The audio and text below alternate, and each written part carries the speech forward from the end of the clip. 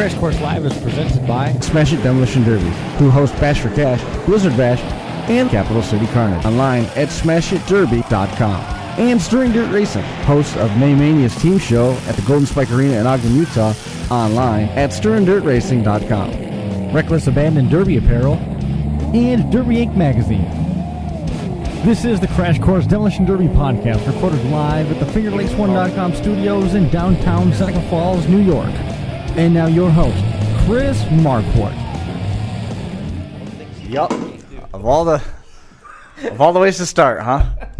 Chris Marquardt. I suppose. That's what everybody keeps saying. Good afternoon, good evening. Welcome to Crash Course number 192. Got a big show on deck tonight. Excited for this one. Eric Remington is going to be joining us by phone. We're going to be talking with Brad Tice, Brad Bowman, Ed Brewster, all through the course of the conversation. So it's going to be quick hitting, fast pace. Eric Remington, he went out to Utah with Team Nasty Dawgs, Two-Speed, and Allen McNeal. Went with him, and that trip, the pictures are making their trips, in Sandusky, Ohio, or in Erie County Fair in Sandusky, Ohio.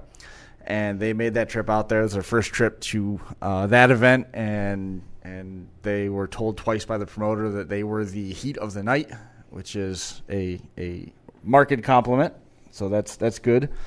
And the pictures making it circulation around the internet of Eric's Diplomat, which the door was pushed in over the top of the transmission tunnel. He could basically open the passenger side door from his driver's seat without having to reach at all. I don't understand how any promoter in America doesn't allow a 4-point gauge. With the evolution of Demolition Derby and cars going faster, lighter builds, you cannot give me a reason why. There. Troy Fair, same way. Why there isn't a cage allowed? I went to Troy Fair a few years ago, and a long time ago now, but it doesn't make any sense. I mean, Eric is very lucky to get out of that okay. I know he was hurt.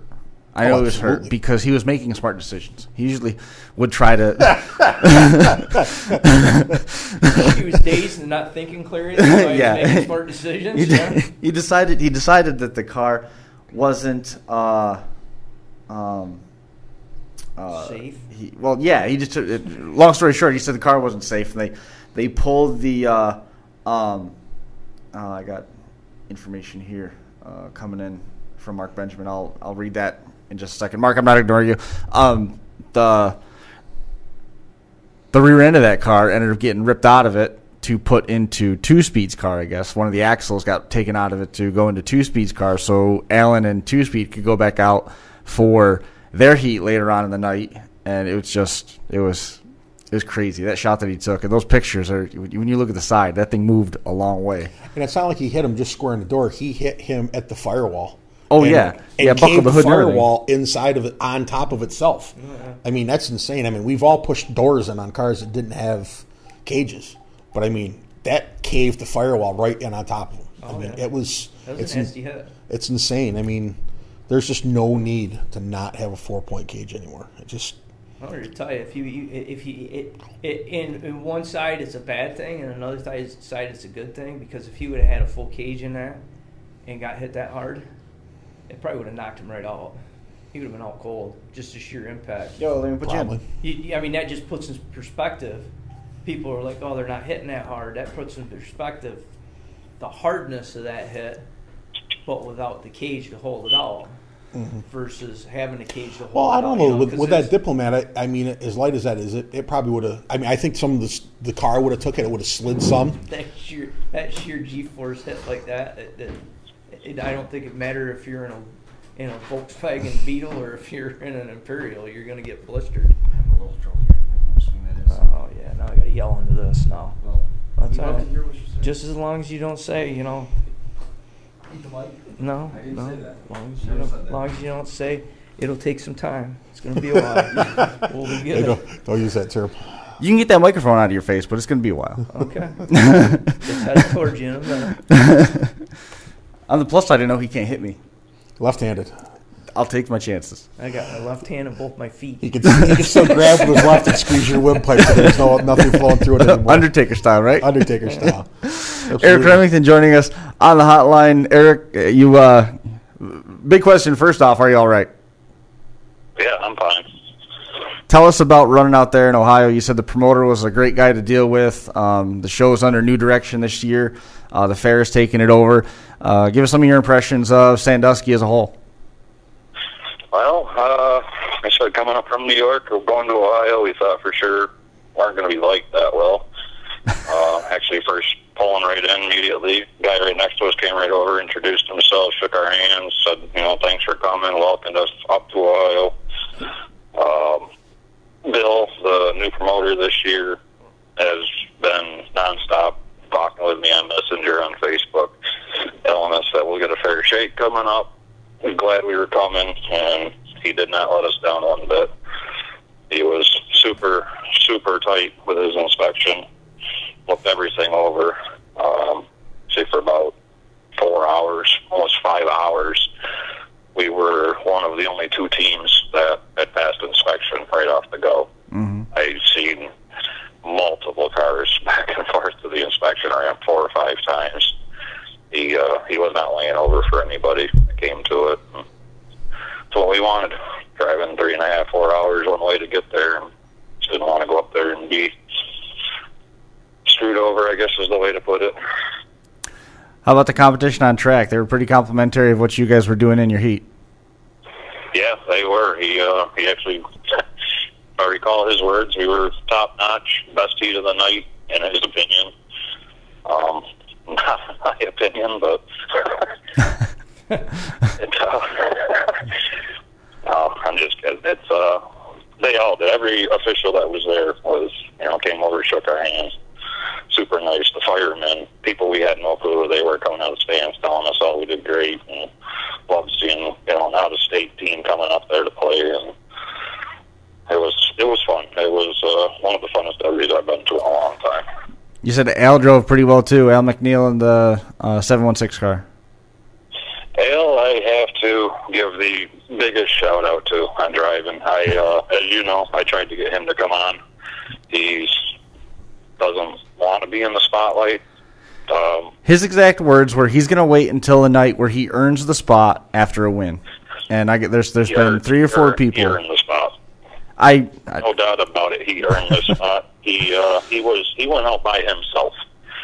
The only car out of our team that was capable of making this feature went out by himself against, I think it was 21 or 22 other cars, but I had multiple cars to a team. Right. And he wheeled us to a 5th place overall team win. That's impressive. That's awesome. Al drove his ass off. Super proud of him. Couldn't have, asked for a better run out of somebody. I thought Two-Speed went back out after they pulled the axle out of your car. Was I wrong on that? No, his motor is hurt bad. Oh, really? Yeah, we thought it was just the starter at first, or the battery, and put a different battery in it. And it was turning over, but it was turning over very slowly. So pretty sure something internally let loose on it. Bearings don't sound good when that stuff happens. No, not at all. Did you guys all have 318s? What's that? Did you guys all have 318s? 318 Mopars? Yeah. Yes, we all had 318s. Actually, we all had original motors, pretty much, all our diplomats. Mine was original to the car. Al's was original to the car. And Two-Speeds, we actually changed from another diplomat because the one that was originally in his car was blown up. Well, at least you're not out anything. It's just junkyard motors. Who cares, right? Not that big of a deal. It is what it is. Pull them out, throw them in the junk pile, we'll do another one. You guys have had some good luck with those diplomats. We did. But everybody remembers Eric from when we were doing the DVDs, and we would go out there, and it was sort of an annual ritual that we would go out there, and we put an in-car camera in his car, then he would blow it up. Mm-hmm. He broke a brand new GoPro. I took it out of the brand new packaging at the Derby because I needed an extra one. I had the batteries for it, so I bought it at Best Buy on the way there. So this GoPro was literally hours old. He broke it. Mm-hmm. Didn't even feel bad. No, that's an accomplishment. Third grade did not do that. So that's definitely an accomplishment. Although, Chris, what's that? Bet me that if if you recall, you bet me that I could. I did every time because it started becoming the in thing. After that. Mm-hmm. I think your exact words to me were, "I bought one that you cannot break," and I said, "Challenge accepted." Yep. Inside out it went. That's awesome. But Nasty Dawgs, they won the Sportsmanship Award, the Chad Ellman Award, the first year that was given out there. Jim Eppinger runs with them. Two-Speed and Al and Eric all went out there.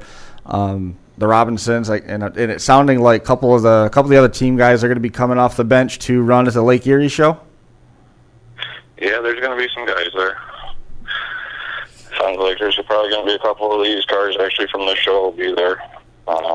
I might throw something together to come run it. I was super impressed with what Bob did for the demo during the fair. And I think it's more than fair to say, he earned the respect of a lot of drivers. So to go down there and support his show, support the charity, and we're going to be there for that one. That's going. That's Saturday. So that's actually kind of funny that you brought the Josh there with you, Decker. No, it's I was hoping he was going to be. I had a little girl approach me last night at the demo. Okay. Behind me, didn't even see her there. Tapped me on the back. I turned around and she says, "You know Josh Decker?" I said, "Yeah, I know Josh Decker." And she smiled and started laughing, and she goes, "I got to shake your hand." So I shook her hand, and I said, "My name's Eric. What's your name?" And I don't remember if she said it was Maddie or Addie. Okay. But apparently Josh knows who she is quite well. Okay. Her mom told me that she is the biggest Josh Decker fan. He's the best, greatest driver in the world. Because Josh's head wasn't big enough yet. I found it to be quite funny. That is funny. They actually said they are coming down to the Rumble in September. Awesome. Because they heard that you guys were going to be there, and her mom is going to surprise her with allowing her to run the Power Wheels demo there. Oh, very cool. That's cool. That's awesome. That'll be a good time. Well, that was pretty cool to meet some people up there that, being from, like I said, going to Ohio, we know how it is when, if Ohio came to New York, of a bad blood situation, and we thought it was going to be that same way. Some guys up there are so cool that it was fun. They made it a really, really good time. There's some awesome drivers that run there too. Chad Dyer, Jeff Schweinfurth, and he had that green wagon a couple years ago, and he caught somebody and shoved them over the blocks and just basically threw the car over the wall. It was neat. Wallace runs out there, and there's I can't think of his name right off the top of my head, but the kid that won the show last night he was the first person that I seen when we pulled in. Yeah. And he came right over to us. And super cool dude. He's interested because he had a Mopar, and he's just like, "I thought we were going to have the only Mopars here." So what were the rules like for that? Could you run lower halves? I mean, it didn't appear that the cage was anything too exotic inside, given that your door was on your lap. You could run a back seat bar. Okay. You could run a 2-foot by 2-foot gas tank protector, 5 inches away from any sheet metal. Okay. And a simple halo bar, and that was it. Poof. We were concerned right off the go with that. We knew, I don't know. Diplomats they're not the greatest at the firewall, but I wasn't really concerned with it. Right. I am now. Yeah. A lot more. But, a lot of people had spoke up beforehand, before the show even started, and said that, a 4-point cage should be allowed just for safety-wise. Right. I get why the guy said no. He had the rules out already, and, he wants to stick with what he's got. It was his first time promoting it, and so I went with the rules, and he immediately, as soon as the show was over, we went and talked to him out on the track. He thanked us for coming, looked right at me, and said next year we're allowing 4-point cages in the cars. Perfect. He goes, "I have to." He says, "We got to give you guys some safety out there." And I was like, "Absolutely." And I said, "Reserve us a spot. We're coming back." Very cool. Most likely not with diplomats. What's that? Would you Most run? likely not with diplomats. Would you run diplomats again? No, not after. We were the rules up there. It's stock to stock, so you got to have a Ford motor and a Ford, Chevy and a Chevy. Yeah. That car didn't come with that motor. You can't have it. Right. You know, they're pretty persistent on that part of it. So we wanted to take Cadillacs right off the go. Started stripping a Cadillac, started working on one, getting one ready, a 91. By the time I took the heater core and the blower and all that stuff out of it, there's a 4-foot hole in the mirror wall. Yeah. I was like, God, I said, I can see where this is going to go quick. Yep. Switched my mind. And I said, let's get away from the Chevy motor. We'll go back to Mopars. And don't want to run Fords because we don't know Ford motors, period. Don't know nothing about them. I'm clueless when it comes to those things. Ron McClung's ears are ringing right now. Yeah, I mean, we've seen all these guys run them, but I don't know what they're doing to them. I mean, Bales ran a couple, I know that. You know, had some luck with them, but we've run so many of these diplomats that we were just like, you know, we know them. We can make them run. We can make them last. Let's take those. And I don't want to say it was the wrong choice. I think we just went with what we knew and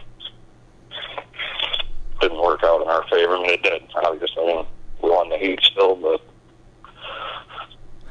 Well, it was a lot of driving on Al's part doing that. So. Well, I'm glad that you guys fared so well in the overall outcome. Even if it was just one car out there, and Al's a heck of a driver. We've seen him do some awesome things at the wheel of a Diplomat. We saw him at Bash for Cash a couple years back. Luck didn't quite fall his way there, but he turned around and he's had plenty of good runs otherwise. So hopefully this leaves a better taste for Ohio with him. And obviously, congratulations to the team, and I'm glad you're all right above all. And to hear that the rules are going to change, you know what? And the logic that the promoter used, so that I already put the rules out there, and I'm not going to change it because I'm not going to change anything because you're not going to get the impression of me being a pushover. Can't fault that because you can't fault that because we've come across that so many times where we've said, you know what? If this got changed, what else could get changed? So. You know, you gotta recognize him for making that change right after the Derby for next year to give you guys some safety. Yeah. Excellent call. Yeah, safety's a big thing. It was sitting in the car. I mean, honestly, how hard was that hit? Hard. I watched him come. That's the worst part. It actually helped me because I was able to, almost brace myself for it. And this year, honestly, just started wearing neck braces this year. All three of us were wearing them at this show. Between the neck brace and being able to see him come so I could hold on and just be like, okay, I got to brace myself for this. And it didn't hurt when he hit me. I mean, I was actually laughing. I gave him the thumbs up for it. I thought it was a great hit. I didn't even realize how far the door had come over. I mean, the fireman actually ran down the side of the track, looked at me, and I could hear him. You just watch him word it with his mouth. He's like, "Are you okay?" And I stuck my hand out of my passenger door, touched the middle of the door, and I was just like, "Is this still straight?" And he just looked at me and smiled. And I mean, it was over there. It was literally 8 inches away from my seat. Oh, that's insane. That's cool. Very cool. I had want to say it was probably a 12 by 12 hole in my firewall, thinking that's where my distributor would come through. When the front end comes up, it closed that hole completely off. Yeah, I saw the one inside. You could see where the firewall actually bent over itself. It was bad. I mean, it bent the firewall, so that hole was closed. The roof dropped down on one side about a foot, pushed up on the other side about a foot. Bent my headers over, broke the valve cover. Half the valve cover is just about ripped right off. Broke the distributor, the coil, flipped the battery. It was an impressive hit. It wasn't bad at all. The worst part was that you couldn't return the favor. That's the worst part of the whole deal. I mean, at least if your car was still running, you could have turned around and gave one back. That's probably the worst part of the deal. After he hit me, I had him one of them They're at switch panels that I always run now. And right after he hit me, not realizing what he did to the car, I reached right down to try to start the car again, and I'm like, why isn't my car starting? This thing always starts. Yep. When I started looking, taking a real good look, and I was like, oh, wow, maybe this is all right. I was just like, okay, I better take my flag off before he does it again. Right. Yeah. Yep. One more hit, it would have been on me. And yeah, we don't want that. in the position to take something like that. So. No, we don't want any of that. And the best part was them guys were so cool. Because that was the other team that was the first ones through the inspection line with no problems. So we got lined up right next to them. We were with them guys all day long. Awesome. We just kept back and forth, joking with each other and talking about other derbies and, how these guys like to hit. And then we were like, oh, yeah, you should see us. We got some videos of some of the stuff we do. And what are the chances that we draw each other? Right. It's a good heat. To be kidding me. Made it entertaining. So we knew right off the go. Our strategy went from let's try to save 3 cars and go into the feature with 3 tough cars to now these guys are going to go flat-footed. Let's go flat-footed. And we'll just put on a show. That's what we came for. Very cool. Well, sometimes it works, sometimes it don't. Sometimes you windshield, sometimes you're the bug, right? Yeah. Yeah. Well, again, I'm glad that everything went well. Good to hear that you're going to be going back there next year, and looking forward to seeing you in a much different car come the 9th of September when we're back out there for the Lake Erie Rumble Show. I'm looking forward to that one. Well, I'm hoping to be there. I got to. You got to just figure out what to run. Don't. And, I wasn't able to get my aggression out at this show, so. Well, we'll look for you there, Eric. Thanks for coming on for a little while. All right, Chris. Thanks for having us. We'll see you later. For what you do for us, bud. You bet.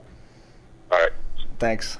There goes Eric Remington with Team Nasty Dawgs. It's always the worst part of taking a big hit is if you can't return the favor. Yeah, he had a good valid point. At least actually he did see it coming, because Yeah. if he didn't see it coming, he he'd would been have bad shape. recoiled his head right off the guy's bumper. Yeah, it'd been bad. Yeah, shape. it could have been way worse. We wouldn't have been making head injury jokes, that's for sure. Blizzard Bash coming up just around the corner. The next guy that we're going to be talking to has some experience running there. Blizzard Bash is November 8th through the 12th at the Kansas Expo Center in Topeka, Kansas. Thursday the 9th is national and qualifying team bracket first rounds. Friday the 10th, the RC Derby goes off at 9 o'clock, national and qualifying team round 2, and then the 14 and 17-year-old youth class is also on deck for Friday night. The double program is Saturday again, 10 o'clock start time for the compact and limited weld opening rounds. That's Saturday, November the 11th, 6 o'clock start time for the second part of the program. Power Wheels, all the Team B mains, trucks, youth, and bone stock.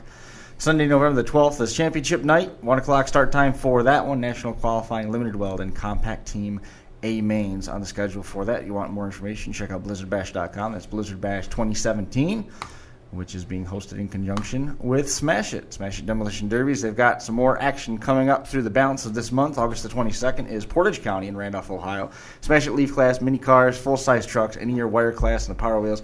Portage County's second night is the 23rd. The Smash It Leaf Class is in action again, along with the minis, the full-size trucks, the youth, and the Power Wheels again.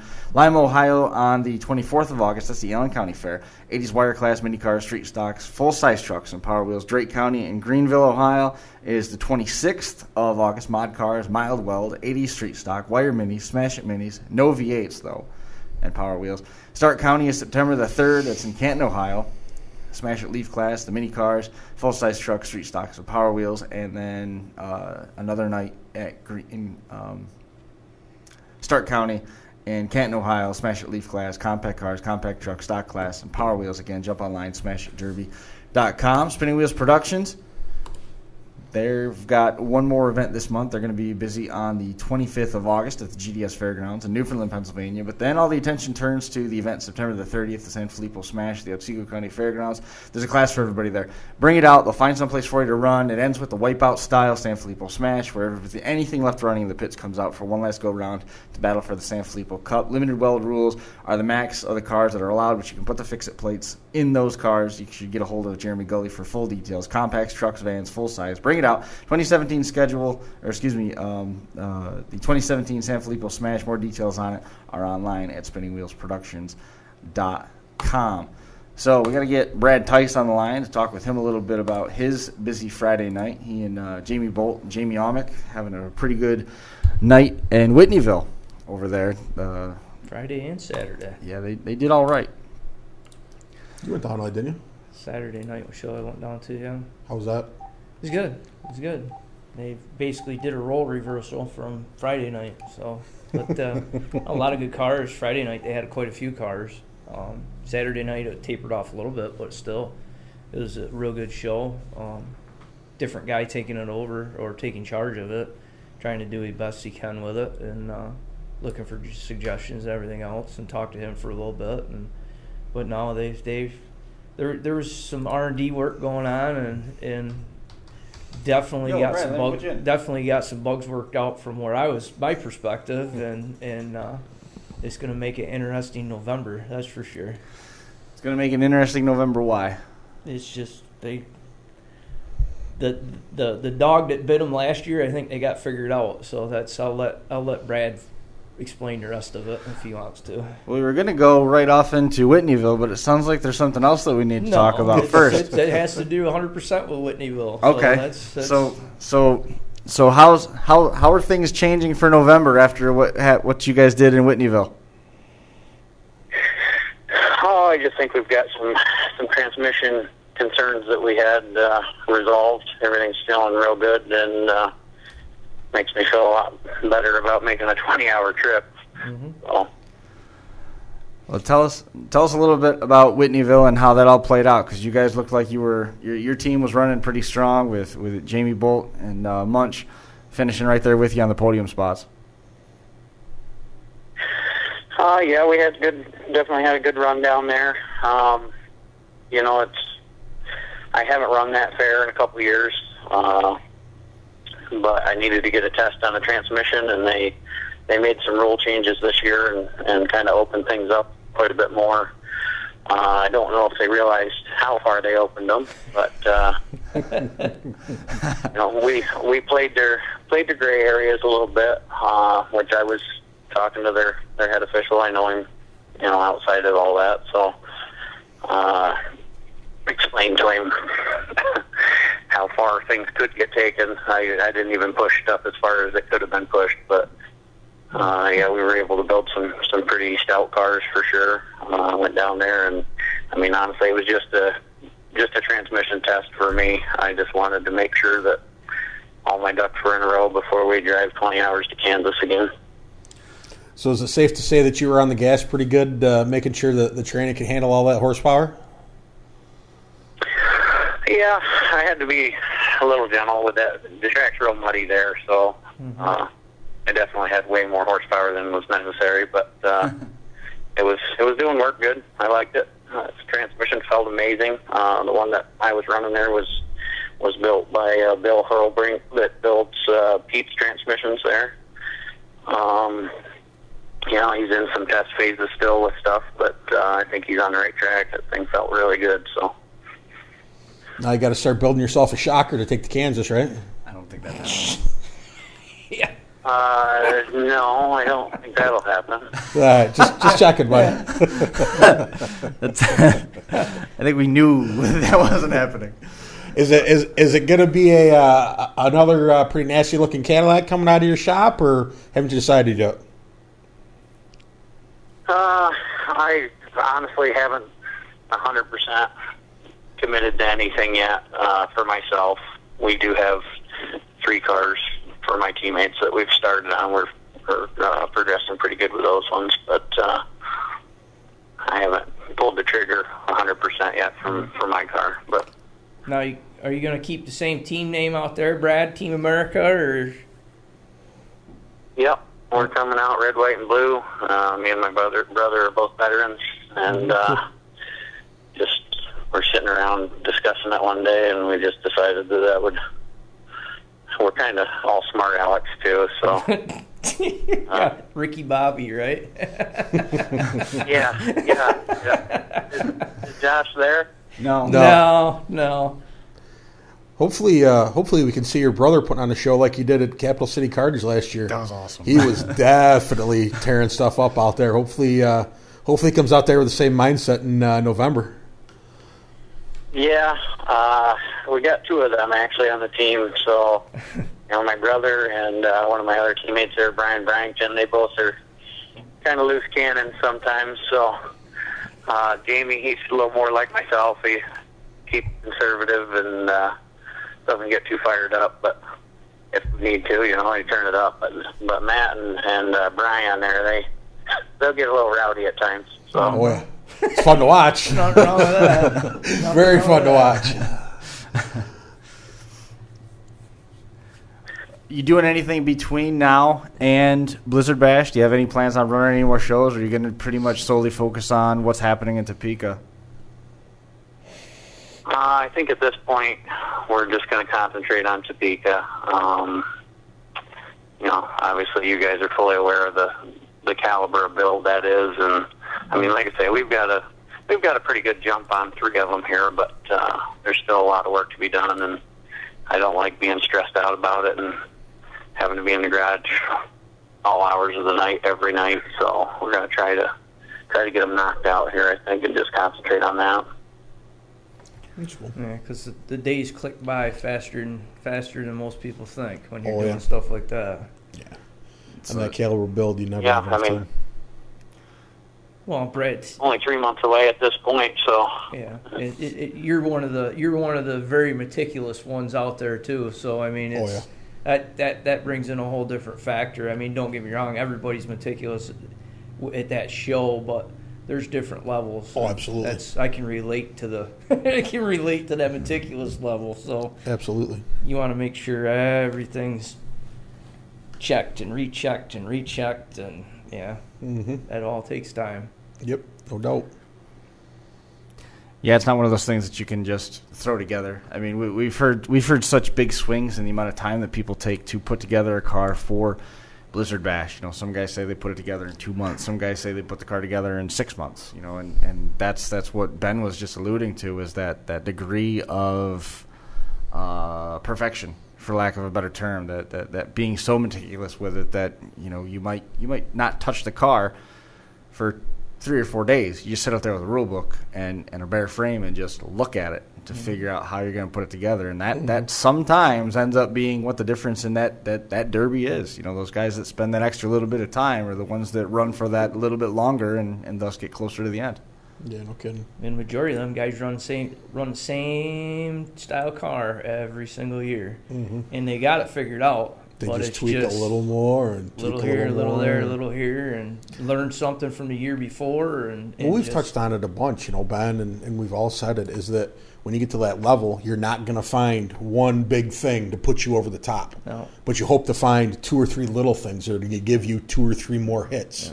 Yeah. So, I mean, that's when you get to that level, that's what you're looking for. I mean, there's no easy runs out there. So, No, there's no notice to a normal eye. Oh yeah, he did that different this year. no. No, No, you're not no, gonna. definitely not. You know, you're not gonna. Even guys that build them all the time. You know, it's those little minute little things that you learn because of your build, because of your driving style, that is gonna affect your car different than if I build a car versus Brad Tice's built car. I mean, everybody has that little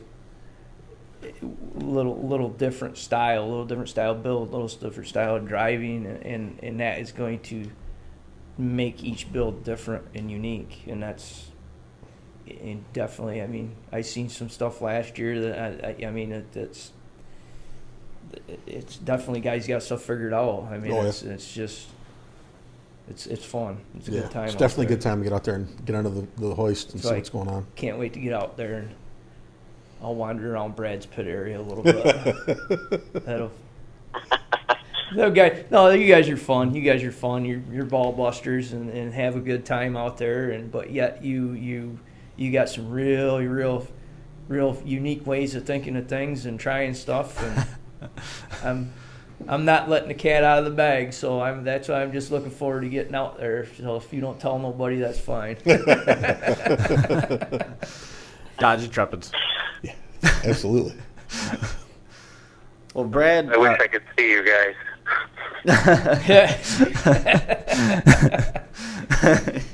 rolling his eyes at us as we speak. So that being the case, we wish you the best of luck when you get out there to Topeka. Hopefully the builds go smooth. I'm glad that the transmission test went well and it turned into a win for you with that car. With what's left, is there any likelihood that we might see you skate away from the build for a little bit and come up and try San Filippo Smash with it? I don't. When is that? I haven't even been paying any attention to anything on September 30th. at all. September 30th. September 30th. I'm going to say probably not. I'd like to get my stuff pulled out of that. I mean, I'm certainly not going to scratch the car by any means, but I think I'll pull I've got my rear and everything in it that I need, and I'll pull all that stuff out and just kind of set the car out back, I think. Well, you could put Jamie's little old 360 in there that he had in his car. That moved it around pretty good. That motor ran pretty good. Yeah, it did. Yep. Took him to first place the second night. Yeah, that's not bad. Well, Brad, man, congratulations on the success down there in Whitneyville. Your win, Jamie's win, the team's success, running the table in the top 3 both nights. Congratulations with that, and keep in touch as the build progresses, man. We're looking forward to finding out more about the car, and definitely looking forward to seeing you when we all get out there to Topeka. All right, thanks for the interview here, guys. I appreciate it, and I appreciate Josh coming down there and doing the commentating. I've actually heard a lot of stuff from people that were really happy and excited about him doing that. People that have nothing to do with Derby, and just people from the crowd even said it was a way better show because of him being there. So that's good. That's very good to hear, because usually we don't get positive things about Josh.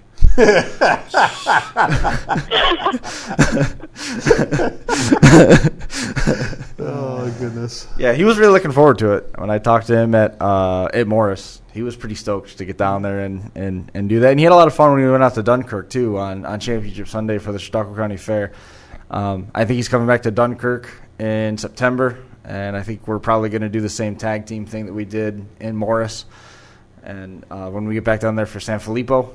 So that should be good. He really does like it, and the thing with him is you got to have him on the track to get a hold of drivers. Oh yeah, because he turns into a 5-year-old that's in the grandstands, just so excited. He gets so excited and wound up and amped up, and that driver feels like they're on top of the world when he sticks that microphone in their face. Absolutely, he 100% relates to yeah, him. absolutely. Yep, no doubt. Well, we're going to make him do trackside interviews down in Topeka, too. So maybe after you win your heat, or if you win the championship, he'll be down there to stuff a microphone in your face there, too. I'll just let him know I'm not sure what to do with my hands. That's fine. Brad, man, I appreciate you coming on. We'll catch up with you soon. Take it easy, Brad. All right, thanks, guys. See you, Brad. See ya. There goes Brad Tice. Winner down in Whitneyville. We've got another event to tell you about. October the 21st, we're going to be down in Woodstock, Virginia at the Shenandoah County Fairgrounds. We'll be back down there with Jason and Penny Shipe and the Toms Brook Volunteer Fire Department. It show's always a hit. I love going down there. Now they allow Imperials and hearses in their weld class. They've got the compact division, the stock class, the trucks and vans are going to be in action down there. Jason Shipe's in charge of it. 540-335-7510, 540-335-7510. Jump online, look up Chaos in the Valley. They've got links on Facebook. They've got links on WeCrash. The information's all over the place on that one. And we're going to be back down there for a trial run at the end of this month. They've changed the days on the fair now, so we're going to be down there for a Sunday and a Monday. We're going to try to go live. We had some signal issues there in the fall. We're going to try and see what can happen. I anticipate poor signal and a lot of buffering and choppiness. My expectations are low. If you're looking for a free show, your expectations should be low too right now, so you don't need to bombard us with messages. If it works, great. If it doesn't, I'm more than willing to pull the plug and regroup and put together a subsequent plan of some sort. But the goal is to make that test run successful so that when we go down there in the fall, we can live stream this one. And this one right now, the plan is for that to be among the free streams that we do through the fall. Brookfield Wheel Days is right up around the corner, September the 23rd at the Madison County Fairgrounds in Brookfield, New York. King Smashman Crash and Derby host the annual fall cleanup show at the Madison County Fairgrounds. This show has been part of our schedule regularly dating back to 2011. It's always a hard-hitting show. John King oversees this one, 315-750-6956. That's 315-750-6956. It's an awesome derby to get to. 160 cars, 8-minute heats, a lot of fresh stuff, a lot of used stuff. It's a ton of fun. And then they do that rollover thing at the end of the night where that's just that's just out of their mind. But we're going to be live streaming this one as well when we get down there for Brookfield Wheel Days, again, September the 23rd, part of a very busy month of September. We're going to be live on the 9th from the Lake Erie Rumble. Ben's going to be in Utah on the 16th, I think, and then we're going to go to Brookfield Wheel Days. Then we'll turn on the 30th, and we'll have San Filippo Smash. So a lot of demolition derby. You couldn't find anything more to do? No, because you got to get some midweek shows. We wanted to see some. They're harder to come by in September. They're a little harder to come by. Not saying that we couldn't. I'm sure if we put our minds to it, we could find one. Wonder what's going on in Missouri. We haven't been in Missouri yet this year. Well, there's Mike Brown buying a lot of Cadillacs. Yeah, he's buying a lot of cars for somebody that's retired. Maybe building. Did you see Toyota Dano brought home some new iron? Yeah, I see Toyota Dan's. Camry Nation. Yeah, Camry Nation rocks on. He's got to get a different fan page now. Toyota Dano. Yeah, I don't know. I don't think Paul Cox is going to come to New York to run a Camry though. No, maybe an Avalon. Hey, Brad, let me put you. He might have to find something else for him to run. I don't know. He still has the truck. Oh yeah. He's trying to sell it, I think. Trying to sell everything's for sale. Everything's always for sale. That's a true statement. Brad Bowman joining us on the line. He has a car that is worth so much money he would never sell it right now. Picked up a win in that Green Machine, the Cadillac in Weber, Utah. Came with a win in that one. That car now has won over $20,000, and you've got 2 more big shows coming up this weekend. You got all kinds of momentum going for yourself now, and now you're dragging a fresh car out. How are things looking from Brad Bowman's corner of the world? Oh, it's good right now. Life is good over here. Utah's in the peak of Derby season, and it's just so much right now. And I've had a pretty good run over the last couple of weeks, and hopefully it carries through the next couple of weeks because a couple more big shows coming up. Nice. Tell me a little bit more about how Weber played out. Yeah, so I've never been to Weber.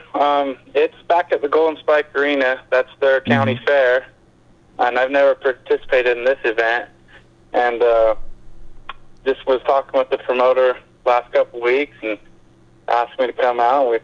So we decided to go and try that show out. And wasn't expecting much just from the rumors. I heard there was only going to be like 14 cars there because St. George had their demolition derby, their county fair. Price had their county fair.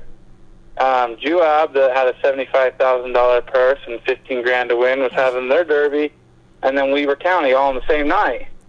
So it seemed like the whole state was fighting for car count, and we didn't really think there'd be that many cars at this show. And when we got down there was actually 31 cars there. And they kind of had the drivers kind of decide how they wanted to split up the purse a little bit. They had classes. They had like a stock class. They had basically the Mania rules, what that retro stock class build.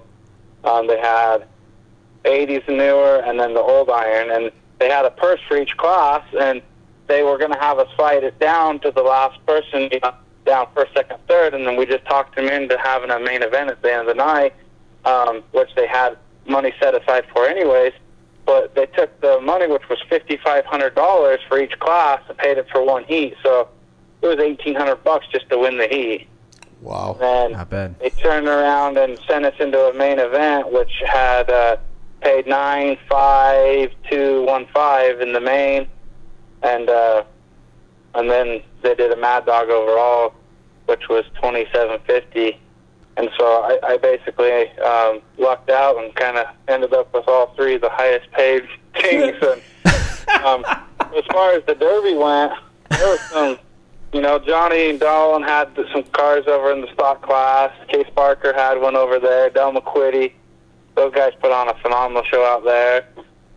Then they had the 80s heat. Had Shane Wilkinson, Bronson Twitchell, Tyler Kerrigan, some other guys in that. They put on a good heat. And then we had the old iron class, and it probably wasn't as entertaining for the crowd. It seemed like a couple of guys got stuck early and had some problems, but the main event was actually pretty loaded. There's 10 really good, solid cars and drivers in there, and they put on one hell of a show for that crowd. So.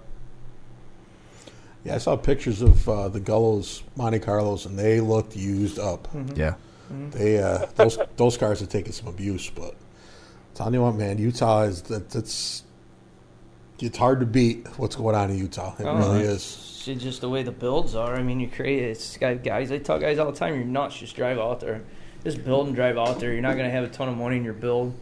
Just drive out there and run, you know. Chance to win a lot of money, too. I mean, Bowman's car, from the pictures I've seen, still looks, I mean, it's, you take it to the next one. Right. You know, and that's. But he said no. He said. Everybody was complaining after Wasatch that, you know, his car was straight as an arrow and everything else. And we were joking in the post-inspection line, and I'm like, yeah, okay, Brad. I said, it's bent there, bent there, bent there, bent there. I know, really. I don't know what these people are talking about, so. But glad to see you get some more cash out of it. Absolutely. Are you going to scrap that, or are you going to keep that around for a little while? I think it's got one more in it. It'll be probably a smaller show. It definitely has to hit the frame rack, though. After the spring pockets were collapsed and Case Barker inverted a pointy bumper on it, so it's definitely hurting, but I think we could probably get one more soft show out of it. That's awesome. That's crazy. We won't throw it away just yet. No. Is that the most success that you've had with one car in a season? Yeah, yep, definitely. I actually had pretty good luck with one last year. I think it won like $14,000 in 6 days. Nice. Nice. But you know, this one's $21,000 in what is it, like 8? Let's see here. About 14 days, or I think is what it is, and you know, it's kind of scary to think if I wouldn't have lost that transmission back there in Erie, it could be knocking on $40,000. 100% agree with you there. If you didn't lose that tranny, you had that Derby won, because you were gonna drive the ass of that bubble freaking Lincoln right underneath his rear wheels, Clay's car. I mean, you could tell that was envisioned in your mind at that stage before right when the training went, because he was just like picking them off. Him and Clay were kind of, I don't know, from my point of view, you and Clay were kind of, all right, let's take the odd ducks out, and then when it comes down to it, we're going to knock each other's brains loose. Pecking orders, yes. Yeah, pecking order. So it was just one of them bittersweet things, but you know, you can't complain about that income. Yeah, you're exactly right. Like when it was down to Clay and I and Heber, and Randy, you know, I had a really good shot at taking Clay out. Yep. But I don't think I could have lived with myself if I would have took Clay out and drove myself up on his trunk and let Randy come in and take us both out. Yep. Yeah, 100%. I passed on that one, and you know, cards fell in those guys' favor, and you know, that's what I love about Demolition Derby. Anyone can win on any given night, and the littlest things can put you out that quick. 100%. No doubt. Quick side note: do you send Randy Moore a Christmas card every year? No, I don't. Maybe I should start doing that, huh? I don't know. That's ultimately up to you. But man, you guys had such a battle. I was wondering if you guys were. It seems like Utah is pretty close. I mean, Utah beats up on Utah, and out of towners get beat up on and everything like that. But it seems like for the most part, everybody gets along pretty well in the pits. But that battle that you guys had, it seemed like there was some vengeance there. I'm here to tell you. Go ahead, Brad. I get along with everybody. I mean, I can honestly say that there's nobody out there that I just don't care for. I really enjoy meeting and talking to everyone, but definitely, like, my motto is, if you want to be the best, you got to beat the best, and there's nothing better than beating a guy that has beat your ass before. I've been in many derbies with a lot of guys that always come out way further on top than I ever do. So anytime I can get one up on someone, that's a win for me. Absolutely. Well, On top of that, it's the competition level. Oh, I don't care if you're the best of best friends. You're talking about $25,000. That's a lot. That's a lot of green stuff right there. Yeah. I mean, that's life changing, and it's. I could take 25 grand cash. It's like That'd come in handy. I'd have no problem driving some of my best friend's bumper underneath his rear wheels in one shot for 25 grand. You know, that's Well, that's the thing. I mean, there's the only thing better than beating your worst enemy at the end of a derby would be beating your best friend. Yeah. It's just, Ben and I battled. Ben beat me. I battled Brett this year. I was lucky and got the win. But I mean, it's there's nothing better. It's just so much fun when you get to the end.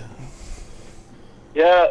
So I finished first and second with some of my buddies a few times, but I've never been able to battle with them ever. It seems like one of us always has something really stupid happen. Right. But it's all. But this one, it came down to Case Barker, TJ McPhee, and myself. And TJ and I, we build cars in the same shop. Me and Case, we hang out on the weekends. And Case and TJ were teammates over the last couple of years, and they're good buddies, and so I didn't really know what to expect. And so we just started hitting each other, and TJ had some bad luck, and it looked like Case broke his looked like his A-arm. I haven't even really looked, and TJ dug a hole, and then it was down to me and Case, and we had a pretty good battle for about 3 minutes there. He was kicking my butt for a minute, but once I got position on him, then I was able to keep it until he just couldn't start back up. So it was pretty awesome. At that point, I could care less if we got any money. It was all who was going home with that first place trophy at that point. Yeah. Hard to argue with that. So where to next? Utah County Fair, which is in Spanish Fork. They've got like a 12 grand to win.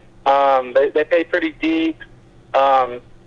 All heat winners get $1,000. If you take like fourth in the heat, you don't make the main, but you still get $500, and then like fifth is like $300. So dang near almost everybody that shows up is going to walk away with some cash. Wow. So I mean, potentially, if you win your heat and then walk away first place, you're going to walk away with 13 grand. Plus Mad Dog. How much they pay for Mad Dog? I believe at this show it's like $500 cash, and then like a $500 or $1,000 gift certificate to Big O Tires as well. Cool. It's not bad. Nice. Yeah, that comes in handy. Yeah. I bet you could find a way to spend $1,000 at Big O Tires. Yeah, 4 tires. Yeah. Literally. 4 tires. On to the next show. Well, Brad, man, congratulations on the win. We appreciate you coming on for a little while. Ed Brewster is waiting in the wings. We're going to catch up with him. Let us know how everything goes in Spanish Forks, and we'll catch up with you here. I guess next time we'll see you is at Halloween Havoc, and then after that, Blizzard Bash. Awesome, guys. Thanks. Have a good one. We'll see you later, good one, Brad. Brad. Nice job. All right. Brad Bowman picking up the win in Weber County. It was at the Golden Spike Arena where we've been a bunch of times. Oh, you know what I forgot to ask him was who he put the car on since we weren't there. Who did he park the car on? We're special. We're the I only know. ones to get the cars. I told you somebody messaged us and asked if Stern Dirt puts $1,000 bonus if they can hit the podcast stage. It's only 500. 500. Yeah, 500. Well, I wish they would stop. So real quick, the other time, the other show, where would you rank Ben in terms of a driver? Nationally or here? Brian, either or. I think Ben's a great driver. Nationally, you think he'd hold his own, right? Yeah. Right. And he's beat you a bunch of times at Waterloo, right? Once head-to-head. Once when it came down to us. Once head-to-head. Well, how many opportunities have you had head-to-head, though? Once. It was only the one time. You know all this information. Where are you going? I do. I just wanted to point out that you said you've been beat by nobodies all your life the other day. Oh, I have been beat by nobodies all my life. But we've all been beat by nobodies at one point or another. The cutter froze. I was trying to cut it back to bed before he started laughing. We've all been beat by nobodies at one point or another. We're trying to stir shit up. That's trying. That's part of derbying. Yep.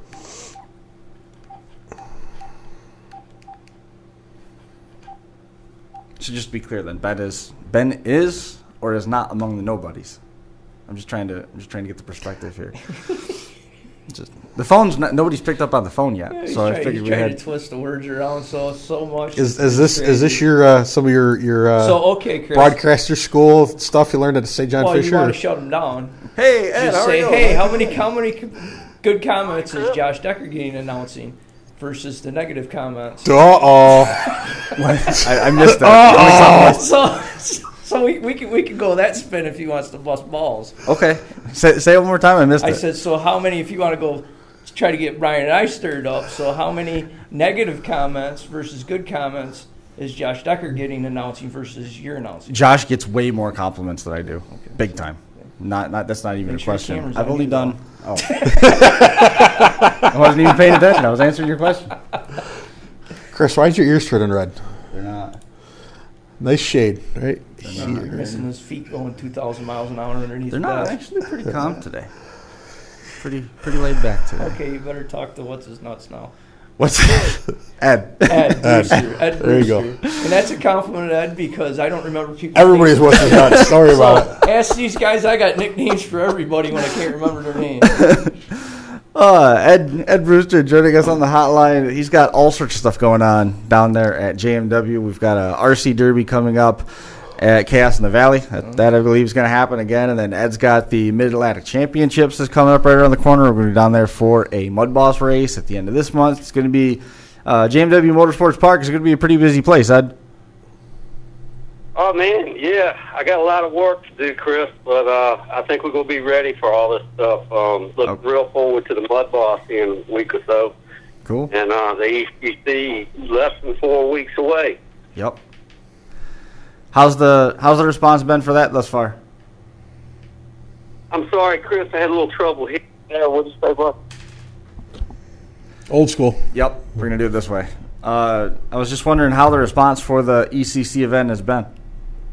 Oh, it's been pretty tremendous, Chris. Actually, it's been kind of blowing up at me just today. In the last few hours, quite a few people are coming. We're expecting probably twice the amount of entries we had last year. That's excellent. That's good to hear.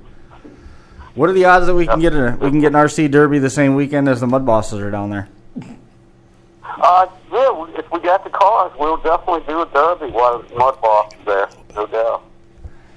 I think Mike Cooley hit me up and asked me if we could do a derby, and I said sure. So I was surprised to hear he was coming down. Perfect. That's I know there's some folks that wanted to bring derby cars, so I'll pass that word around. The question is, you have one of the best derby drivers around. When are you going to put the poor kid in an RC car? I mean, he's Sunday. I got to show you the car that we built. I mean, he hasn't ran all summer, has he? He hasn't really wanted to. I got him amped up to go do one here a couple weeks ago, and then he decided he wanted to do something different, so he didn't go. We've got this outlaw class that we've been running at Radio Hill, where it has to weigh under 10 pounds with the battery and the chassis in place, and it has to look like a car, and a 7,600 milliamp hour battery. Other than that, do whatever you want. Nice, you can get a hold of the gas that weighs less than that. Yes. A lot of meat in the ring. There was some very expensive parts that got broke at the last one. It was cool. Motors were smoking and dragging around. It was cool. How much does it hurt when one of those cars hits you in the I'm ankle? glad you mentioned that, Chris. 2018 on the national circuit, we're definitely going to bring along the outlaw class. Awesome. Had a lot of people asking for it, so hey, give them what they want. I don't think that's a bad move. And then you've got all sorts of stuff that's changing down there as well. You're branching out a little bit more extensively with the RC Derby thing, going to more states with more shows. Oh, definitely, yeah. Actually, Chris, I love what I do right here, but man, I really love being out there with the circuit, and it's just what I want to do. So 2018, I'm going to spend a lot of time out running the circuit that year. Cool. Is there anything new coming rules-wise that people can expect for Blizzard Bash or Bash for Cash coming up next year? For 2018, we definitely got to do something about the guys dialing their controllers back. We definitely want to see them at 100% when they're running their cars. And for 2017, like the East Coast Championship, I can't just jam it the rules now, but Right. I am going to ask everybody, try to run it 100%. But I think that's definitely a rule we're going to have to get in for 2018. 16, though. So I'm ignorant to this. So you can actually turn down the amount of juice you get through. Adding to it, but hey, what can you do?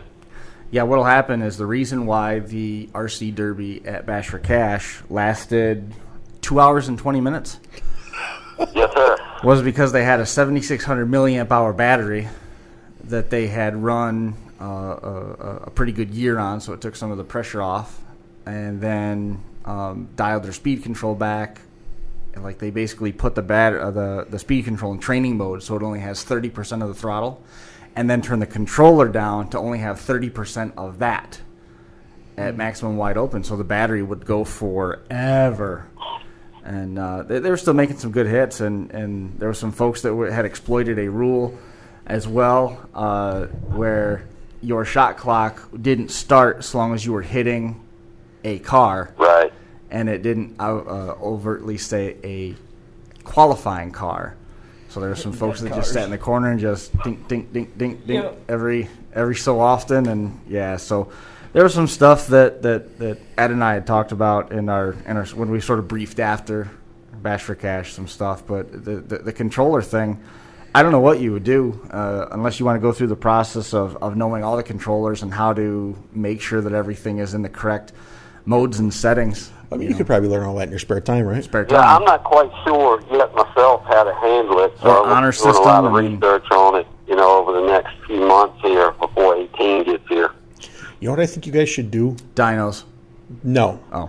For guys, if cars are sandbagging or doing something they shouldn't, you should have a paintball gun and just stand back and pepper the cars that are. Better yet, a 15-pound sledgehammer. That'd do it. Ben always goes way beyond the line. Yeah, but if you stepped out on that track, all you'd have to do is whack one car, and everybody else would be fine. Or just take the car off the track. Yeah. Nah, that's boring. That's boring. Yeah, it has less of an impact. Yeah. It wouldn't be as expensive. Yeah, it's all right. It's just like with the Enforcer, used to run with dent. Yeah, it's nothing like putting a 12,000-pound Enforcer car out there with the normal cars. We're just trying to help you out, Chris. I know. Trying to help you out, get you on the right You guys path, are always full of great ideas. get some aggression in there. You know what? Actually, we could take one of those. We could make an Enforcer. Hell yeah. We could do that. Have Ben cast a body. Have Ben cast a body, and just have it sitting there in the corner waiting. Ben could drive it. It looked like a V-plow, snowplow going through there. Just Flipping cars over, tearing stuff right up. off. It looked like in Smokey and the Bandit Part 2 when the guy with the V-plow hits that police car that just explodes. That would be awesome. Looked like what's that? The futuristic one there. What's with all the futuristic cars? Thunderdome. Oh, yeah. Mad Max. Yeah. That'd be awesome. Yeah, I think that would be a good idea. And imagine Ben would probably run something that wouldn't be acceptable in the outlaw class, probably. Absolutely. Ben's wheels are already turning over there. This is making me a little uneasy. I'll tell you something else I'm pretty excited about, Chris, is the Derby Cars for Kids is going over pretty big with Bash for Cash, and we've got two up for the East Coast Championship. Team Steve Siopa put one up, and myself and Butch Stisco are going to put one up this year for the East Coast Championship. Nice. And that's just something I want to see, happen more at the national events. It definitely brings the kids more into it. It's exciting for them, and heck, it's real exciting for me to see them get them. So, just thrilled with the Siopas being on with me here. What's the date for the ECC East Coast Championship? September 9th and 10th, and we're going to have all kinds of stuff running, Chris. We'll be doing a few Derby heats Saturday afternoon, all day Saturday, though. We'll probably have like some figure 8 racing, some endurance race, trailer racing. Also, bring your monster trucks. We're going to have some truck drag racing, and bring the mud bosses, too. Hopefully at the ECC we'll do a little mud boss racing. That'd be cool. It's just going to be a packed weekend of events going on. And, of course, the main will run Sunday afternoon. And you don't have to be there Saturday to qualify into the main. You can come Sunday and still qualify. Gotcha. Everybody can find more information on what Ed's got going down there at JMW Motorsports Park. If you throw JMW Motorsports Park into Google, you will get tons of responses between the webpage, the store. Anything that you need to build a derby car is available on the JMW store. You can find a very, very active Facebook page. Ed's got a great presence on social media. So make sure if you need any of that derby stuff, look him up because he can get you everything that you need. We're going to see one of your cars this Sunday when we go to Radio Hill for the event that's there. It's another Outlaw class car. Somebody took one of your Cadillacs as fresh and turned it into an Outlaw. And right now, as I understand it, it weighed 8.5 pounds, if I remember right. Wow. Nice. It's a lot of aluminum. Man, no doubt. I tell you, you made me just think of something else here, too, we got coming along, which is it's pretty cool to me, and I think it will be to everybody else, too. We are putting out a new edition body here soon. It's going to be a Steve Siopa edition. Going to do 72 Deuce, and we've Nice. got it in the works, and it looks like it's going to be the toughest thing coming out of J&W. Cool. Cool. Can't wait to see that. That'll be neat. We should have it put together in the next 10 days, 2 weeks at the most. Perfect. Cool. Well, we'll get to take a peek at the template when we're down there for the Mud Boss race. You'll have to talk to Crazy Dave about that. He's tight on his template. I guess maybe we won't see it then. He's looking forward to meeting you, Chris, and he's looking forward to showing how we build them there and so forth. So Awesome. It's just definitely great to have Dave in the works there. He handles building all these bodies for me, and he's really a master of what he does. Great. Well, I'm looking forward to meeting him too. It should be a good time. Oh, definitely good time. So, heard y'all on the podcast earlier talking about Blizzard Bash, already preparing for that, and just really looking forward to getting out there. And that's all I'm scheduling for November because I'm going to have the Blizzard Bash hangover after that. Won't be no good for a couple of weeks. Yeah, you got to recover, recoup all your sleep. Yeah. Enforce your car. After Blizzard Bash, though, that's probably going to start hitting the circuit hard and rolling out there, and take time to go hit some of the JMW chapters out there and hit their local events and hopefully run with them a little bit. Awesome. Well, you're always welcome up here. All you got to do is give me a call. I know Sodders can't wait for you to get up here because they make a ton of money off you buying their meat sticks. I have got to get up there, man. I'm definitely jonesing for the meat stick. No doubt. It's much safer than drinking. Much safer, much cheaper. Yeah, I can't hardly wait for the Finger Lake Speed World show again next year. It was just an awesome time there, and that's one of those events I just really look forward to. We got some stuff that we're working on that you're going to need to bring more than just your derby car up here for that. You're going to have to bring your Mud Boss too. Okay. I'll fill you in more as it takes shape. Sounds good. Another project we're working on in the spare time. I know you're very ready to kick me off here, Chris, but I just poke in just a few words of thanks. Smith Metal Works jumped on board with the ECC this year, and definitely a great sponsor there. Smith Metal Works, Casey's a great guy. Getting Siopa Racing, just awesome to have them on board. And, of course, my sponsors that have been with me for a while now, Crash Course, WE's First Priority, Performance Dynamics, Steel Horse, excuse me. And on the truck class, J.C. Miley's Camp Southern Showdown Nationals, they are a big sponsor on the truck class this year. Cool. That's awesome. I like hearing that. I like how the Demolition Derby World's grabbing a hold of that and supporting it, and up and down the East Coast. That's cool. Yeah, and, I've felt that kind of coming along, and I think that's kind of helped me make some of my decisions. I'm not by no means closing the JMW facility down. Sure. Just be out on the road a lot and probably run 1 or 2 events there a month. Gotcha. I think that makes sense. Absolutely. Gives you a chance to take care of your local guys and still get out there because you got followers all over the country now. Yeah, and I want to get out there and hang with them. I tell you what, I just can't wait, to get going on it. Just a lot of transition. Well, I'm looking forward to seeing you in a couple weeks when we get down there for the Mud Boss race. I'll let everybody know to bring their derby cars too. Should be a good time. And then your ECC, the September 9th and 10th. Big 2-day show, tons of stuff that's going on as part of that. The endurance races with the metal body cars, the trailer races. It's going to be a spectacle. I can't wait to see the pictures. I know it is so close, man. I'm getting the chills for it. I'd like to let everyone know too that we do have 10 NRV sites available for the East Coast Championship. Awesome. I'll let people know up here that we're thinking about coming down. All right, Chris. Thanks a ton for having me on, buddy, and y'all take care. You bet. We'll catch you See you, soon, Ed. Okay, man. See ya. There goes Ed Brewster. I don't think we did too bad on time. It's only 7:10. We got everybody in. We did. Sure, Chris Barkhorton, you can do this. I guess that's the rumor. Titanium body panel. That's what I was waiting for. Nitro gas motor. Is that legal? No, but it's the Enforcer. It's an Enforcer car. Why are you worried? With full titanium chassis. There you go. Yep. See, when he was over there talking, I knew he was going to be making his own. He was making his own chassis. I knew right off the bat that he was going to make some sort of stamped chassis. That was. So that right there was going to automatically make everybody mad right off the top, and then we're going to go with the body panels and stuff. Yeah, titanium. I got to get before we go. Marcella, Mark's daughter, Marcella Benjamin. Yep. Opened up a can of whoop ass on all the boys down there Friday night. The whole Benjamin family had a pretty good weekend. Yeah, and Marcella, Josh was telling me he says she's a natural.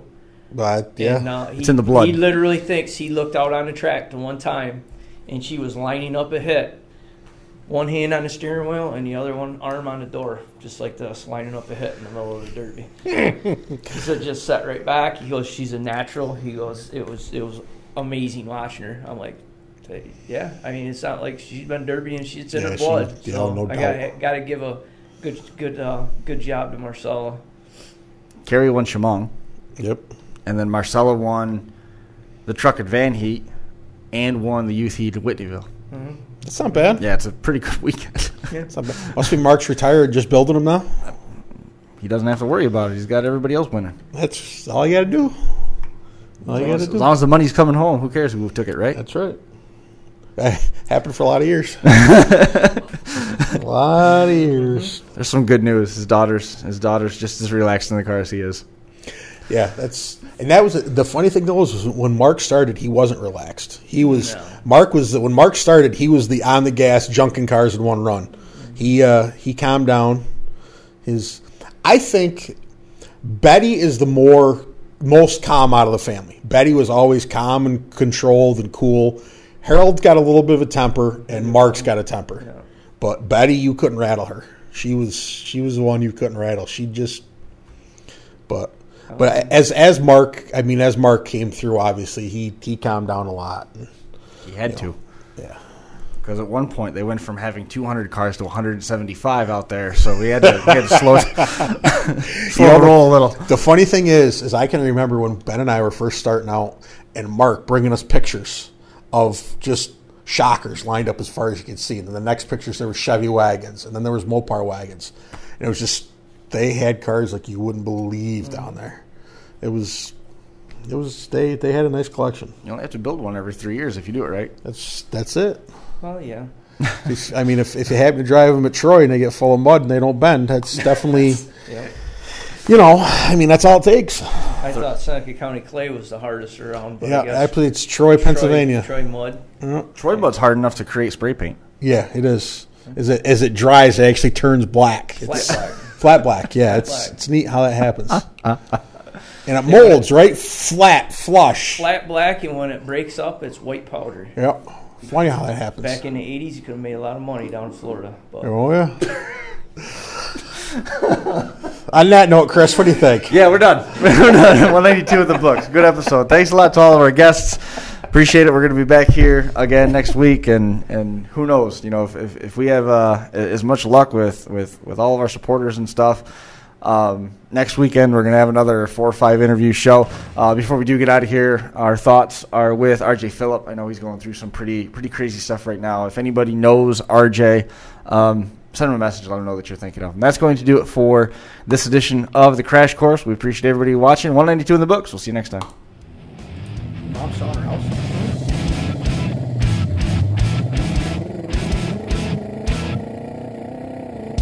The Crash Course Live is presented by Smash It Demolition Derby, who host Bash for Cash, Blizzard Bash, and Capital City Carnage. Online at smashitderby.com.